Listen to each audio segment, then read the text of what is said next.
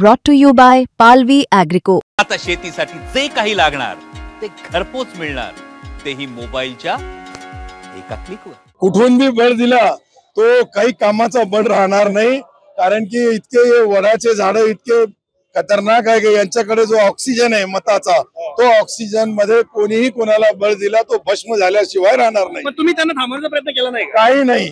राजकारणामध्ये लोकशाहीमध्ये कोणाला थांबवायचं नाही, सर्वांना लढू द्यायचंय आणि लढल्यानंतर आपली शक्ती आपली ताकद लोकांच्या समोर आपोआप येते.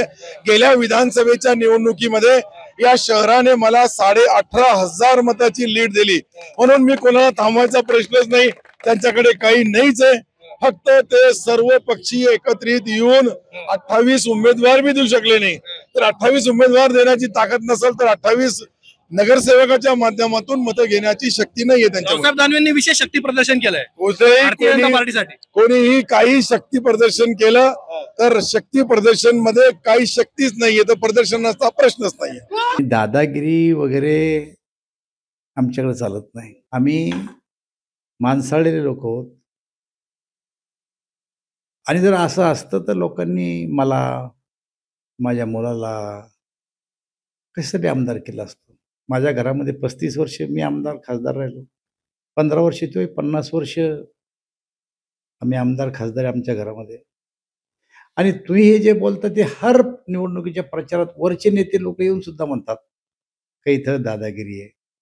आत्तापर्यंत मारपिटीची एकही केस, आत्तापर्यंत कोणाचा प्लॉट बळकावल्याची एकही केस, आत्तापर्यंत निवडणुकीमध्ये एखादी पेटी पळवल्याची केस, आत्तापर्यंत आमच्या नावानं निवडणूक आयोगाकडे कुठल्याही प्रकारची किंवा पोलीस स्टेशनला कुठल्याही प्रकारची अशी तक्रार नाही आहे.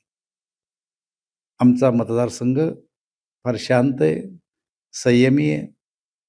एखाद्या गावात विरोधी पक्षाचा वाद जर झाला तर आम्ही स्वतः जाऊन त्या ठिकाणी मिटवतो.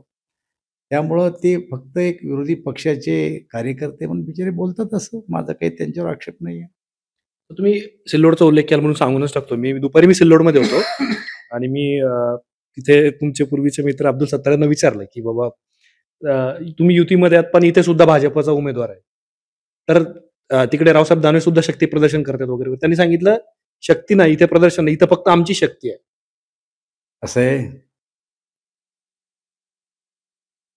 त्यांनी जन्म सिल्लोडमध्ये घेतला आणि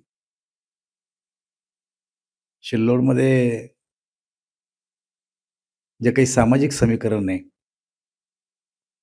ते जरा वेगळ्या प्रकारचं आहे.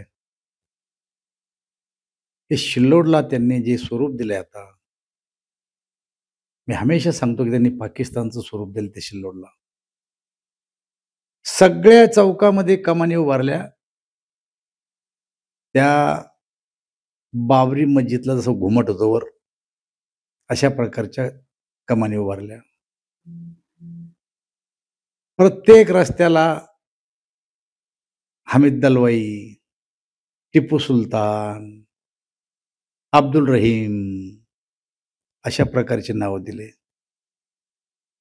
दबावाचं राजकारण तिथे आहे, इथं नाही आहे. सिल्लोडमध्ये जागेचे भाव वाढले नाही. जर त्यांच्या खिलाफ कोणी गेला तर दुसऱ्या दिवशी त्याच्या प्लॉटवर अतिक्रमण करून टपऱ्या टाकल्या जातात. नावाबद्दल प्रॉब्लेम असायला लागला. हमीद दलवाई किंवा टिपू सुलतान किंवा तुम्ही अब्दुल रहीम यांचं नाव घेतलं, नाव ठेवण्याबद्दल कुठे प्रॉब्लेम? छत्रपती शिवाजी महाराजांच्या समोर कुठं मुस्लिम समाजाची कमान लावत असतात? छत्रपती शिवाजी महाराजांसमोर आत्ता उपोषण केलं गावच्या लोकांना.